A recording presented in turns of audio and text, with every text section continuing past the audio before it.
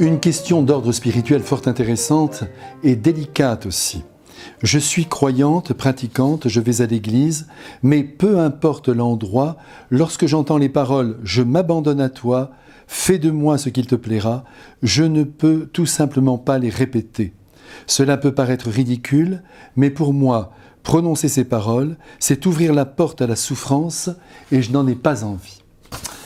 Sans doute pensez-vous aux amis du Christ, aux martyrs, aux saints qui se sont abandonnés entre les mains de Dieu, qui l'ont suivi et qui, en retour, ont beaucoup souffert. Et peut-être aussi pensez-vous, plus simplement encore, à notre Seigneur Jésus-Christ, qui s'est abandonné à la volonté de son Père et qui s'est retrouvé crucifié.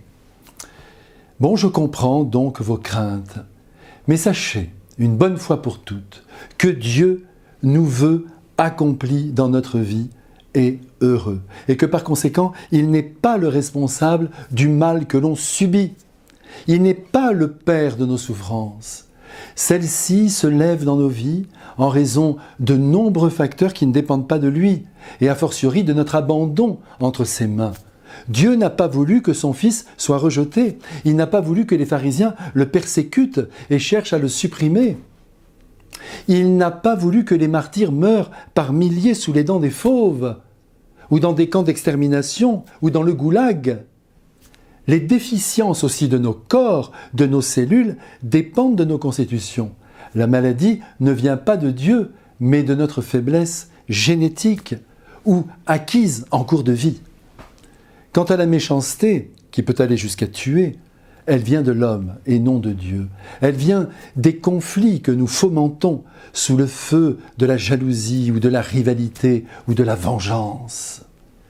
Ceci bien en place en nos esprits, laissez-moi vous dire à présent que notre chance, face aux adversités qui ne manquent pas de secouer nos existences, c'est de nous abandonner à Dieu, autrement dit, de lui faire confiance, car il veut de tout son amour nous soutenir dans ce que nous traversons de plus éprouvant ici-bas.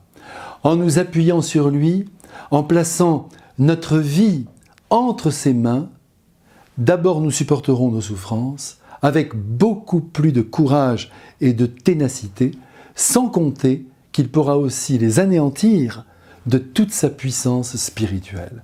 Donc, n'ayez pas peur de vous en remettre à lui, car loin de vous faire tomber dans un ravin, il ira vous y chercher pour vous consoler et vous dégager de tout ce qui vous meurtrit. Amen. À bientôt.